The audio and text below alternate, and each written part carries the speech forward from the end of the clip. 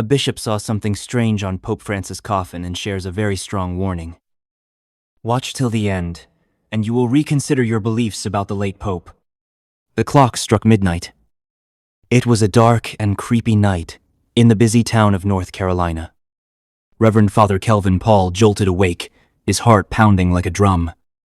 The room was dark and quiet, but something felt wrong. He sat up slowly, rubbing his eyes, and stared at the faint glow of the streetlight outside his window. He seemed restless and really troubled. Something disturbed his mind greatly. For the past few days, news had spread about the Pope's failing health, his weak lungs, his sudden stroke. Kelvin closed his eyes and whispered a prayer, his voice trembling. "Dear Lord," he prayed, "please protect and heal your servant, the Pope. Give him strength to accomplish his work on earth, and may he live his last years in perfect health." Father Kelvin finished his prayers feeling a bit relieved. Just then, his phone buzzed violently on the nightstand. It was Father Eugen, a priest in Italy. Kelvin's fingers trembled as he took the phone. "Kelvin, have you heard the news?" Eugene asked breathlessly, his voice trembling. "It's over, Kelvin. The Pope is dead." A cold wave crashed over Father Kelvin. His breath caught. The Pope? Dead? The man who had led the church, who had smiled at millions, who had prayed for the world? Gone? Silence filled the room. Kelvin's mind raced with memories. The Pope's gentle speeches, his tired but kind eyes, his last public blessing.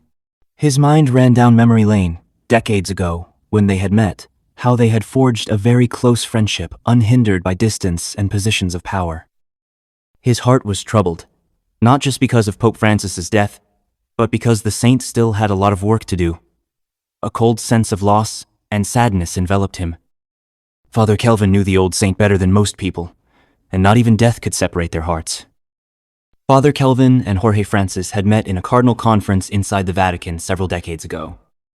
Kelvin was a young priest who had just received an award for his zeal and soul winning for the church, while Francis, 15 years older than him, was praised for his wonderful acts of charity to vulnerable people across the world. The two men ran into each other after the conference, fascinated by each other's ministry. Right there, a lifelong friendship was birthed, one that would last beyond the end of life itself. The years that followed saw Jorge and Kelvin building a bond that transcended age, race, and distance. Kelvin knew Francis beyond his ministry and public profile, and into his personal life. He was familiar with his personal struggles, his vulnerabilities, and deep love for humanity. They had exchanged letters, shared countless dinners, and prayed together. Even though Francis had ascended in ministerial duties, to the highest level among cardinals, their relationship remained unchanged, intact, and flourishing. But now, as the news of his death traveled across the globe, Father Kelvin sat still in his study, unable to move, unable to believe that it was indeed over for their lifelong togetherness. Kelvin clutched his rosary, his eyes glistening with unshed years. His voice longed for words, but his throat ached. "You were the best of us, old friend," he whispered, unable to say more. Outside, the wind howled. A shadow moved past his window, too fast to be real. Kelvin's breath caught. A strange feeling came over him. Morning came, but Father Kelvin's heart remained heavy. He dressed slowly, his hands trembling as he fastened his collar, getting ready for the visitation to the Vatican, where the Pope's body lay open. The flight to Rome felt endless, every minute stretching like a year.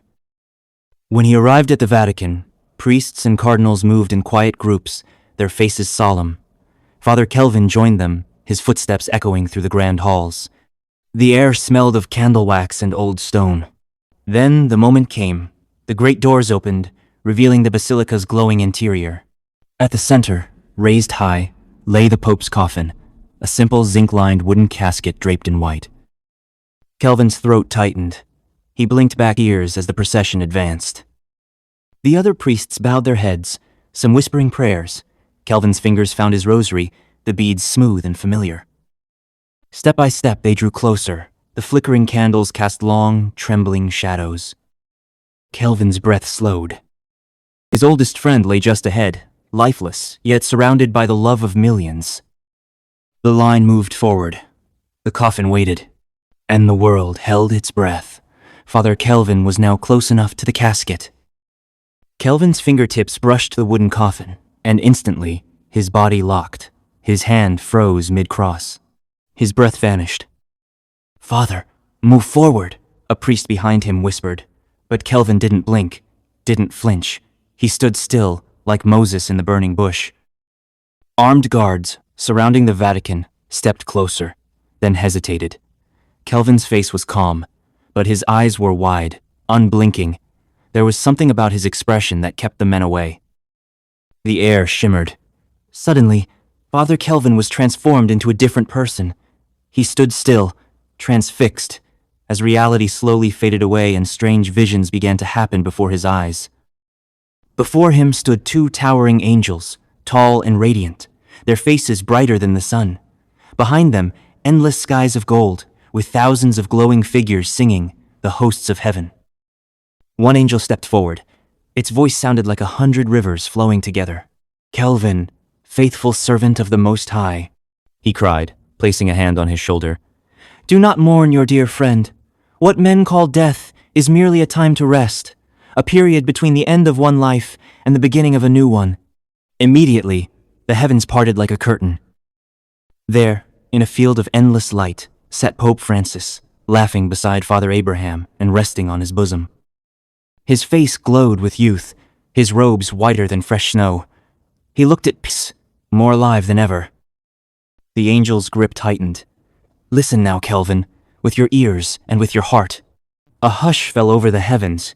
Even the singing stopped for a moment.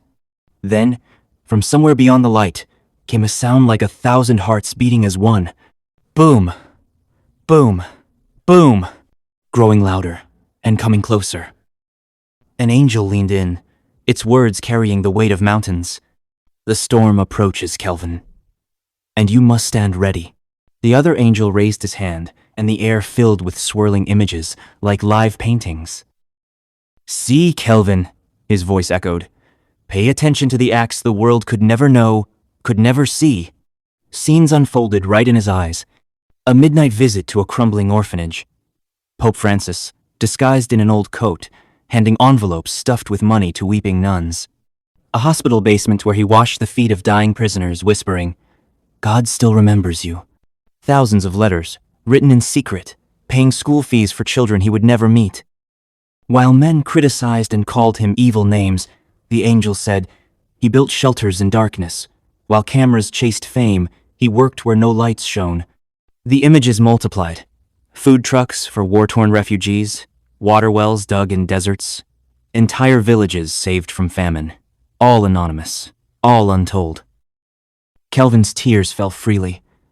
"But he never said a word about this," he whispered. The angel's wings shimmered. "The purest love works in silence, Kelvin. Millions fed, thousands sheltered, hundreds of thousands saved. And now, watch this." The vision suddenly zoomed to a towering golden book in the sky. Its pages glowed with names, every life the Pope had touched.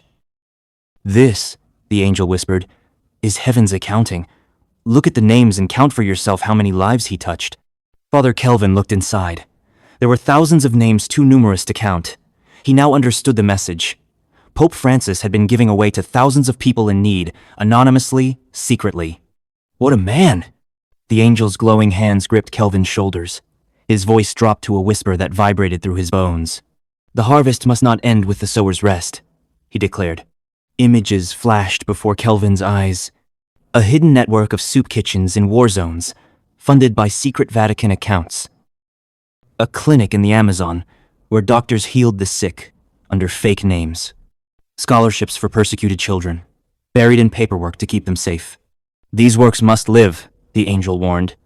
"When good men sleep, darkness creeps in. You must be the keeper of this light now." The other angel stepped forward, its eyes like flaming stars. "Beware, Reverend," he warned. "For wolves will come disguised as helpers. Greed will whisper. Laziness will sigh. But the poor must never be forgotten. The good work of Francis must not end with his life." A scroll materialized in the air, glowing with names and numbers, bank accounts, contacts, coordinates. It floated toward Kelvin's chest and melted into his heart. "The tools are within you now," the angels said together. Fail this, and the hungry will wail, the orphans will weep, the light will go dim. This is your project, Kelvin. This is your task. Do not let this die with your old friend. Continue the good work and keep the flames burning till the end of time. There was a pause, then suddenly, the heavenly light flickered. A distant scream echoed through the visions. The angels' heads snapped toward the sound. Their wings bristled. At that moment, Father Kelvin dared the heavens. He opened his mouth to ask a question. His voice trembled as he spoke. "But what about our next pope?" he queried. "What if he derails from the vision? What if he does not follow St. Francis's legacy?" The tallest angel raised a hand, his glow intensifying. "Peace, Kelvin," he said, voice full of divine assurance. "The heavens are already moving." Visions unfolded, cardinals praying in secret chapels, their hearts weighed by heaven's scales, angelic figures standing behind certain men, whispering wisdom into their dreams. "The vote for a new pope will be guided," the angel assured, "not by man's politics, but by divine wisdom. The hosts of heaven will align with men on earth and appoint a man after God's heart. A man who will continue the good work His Holiness has left behind." The angel descended once again and touched Father Kelvin's chest where the scroll had entered. He said, "The same fire that burned in your friend now seeks a new vessel, and you are that vessel. Go, and do as you have been commanded."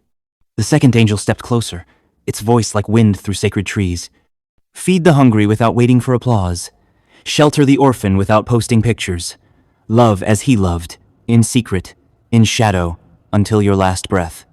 A gust of celestial wind knocked Kelvin to his knees. The angels placed glowing hands on his head and blessed him. "We bless you with stubborn joy, with unshakable courage, and with this warning. When thieves come for the poor's bread, stand like a mountain and defend him." Their bodies dissolved into swirling light. The heavenly hosts faded like morning mist. Kelvin gasped and trembled, breathing hard. He had suddenly realized himself. He was back in the basilica, collapsed beside the Pope's coffin.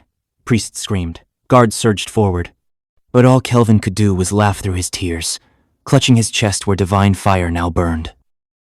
Father Kelvin gasped as his eyes flew open, back in the crowded basilica, kneeling beside the Pope's coffin. His face glowed like a man who had just stared at the sun. "Did you see them?" he cried, scrambling to his feet. Priests and guards stared, looking astonished. "The angels! The golden book! Did you see Pope Francis resting on Abraham's bosom?" Visitors backed away as Kelvin spun around, his robes flaring. His fingertips were still shimmering faintly. "He's alive," Kelvin shouted, tears streaming. "Not here, folks, but there, in a place where hospitals don't need roofs because sickness vanished, where popes play with orphaned lambs." His voice dropped to a thrilled whisper. I touched his shoulder. It was warmer than summer. An old nun crossed herself. A tourist filmed with her phone. The Swiss guards tightened their grip on halberds. Kelvin whirled toward the coffin, laughing. "Oh, you clever man, all those secret orphanages? The midnight soup kitchens? Heaven has the receipts." He tapped his chest wildly. "And they gave me the map!" "All I saw was joy." Kelvin beamed, suddenly calm. The joy of the Lord shone brightly on his face. He has no worries now, but it is on us to continue the great work he left behind, to spread kindness and charity into the ends of the earth, into regions where they are needed the most. Then, with the energy of a man half his age, he strode down the aisle, humming a hymn. The crowd parted like he was Moses. Behind him, the Pope's coffin gleamed extra bright for just 1 second. Father Kelvin stepped out of the basilica that day, a changed man. The vision burned in his heart like living fire. Back in North Carolina, he wasted no time. He called meetings with church leaders, gathered reporters, even stopped strangers on the street, telling everyone about the angel's message and Pope Francis's secret kindnesses. "Listen," he said, eyes blazing. "The Pope's work must continue. Orphans still need homes. The sick still need medicine. We cannot stop doing it." That Sunday, his parishioners could hardly recognize their priest. Gone was the quiet, thoughtful Reverend Father. Instead, Father Kelvin paced the altar like a man possessed. "I have seen heaven's glory," he thundered. "Our Holy Father sits with Abraham, and his work, his beautiful, secret work, must not die with him." From that moment, Kelvin became a man on fire. He emptied the church savings account to fund clinics, personally delivered truckloads of food to homeless shelters, and spent nights writing letters to world leaders begging for help. Wherever he went, he carried two photos, one of Pope Francis and one of the Heavenly Vision. "This is our mission now," he would say strongly to anyone he met. As years passed, Kelvin grew older, but never tired. Even when his hands shook and his voice grew weak, that holy fire never dimmed. On his last day, surrounded by the orphans he had saved and the hospitals he had built, Father Kelvin simply smiled. "Now I'm going to see my friend again," he whispered. "The work is yours now." And just like that, the fire was passed to others. Dear friends, do you miss our dear Pope Francis? Do you relish this little story about his secret acts of kindness to thousands? If so, do not fail to drop a thumbs up for this video. Also subscribe to this channel for more refreshingly inspiring stories like this. Thank you, and God bless.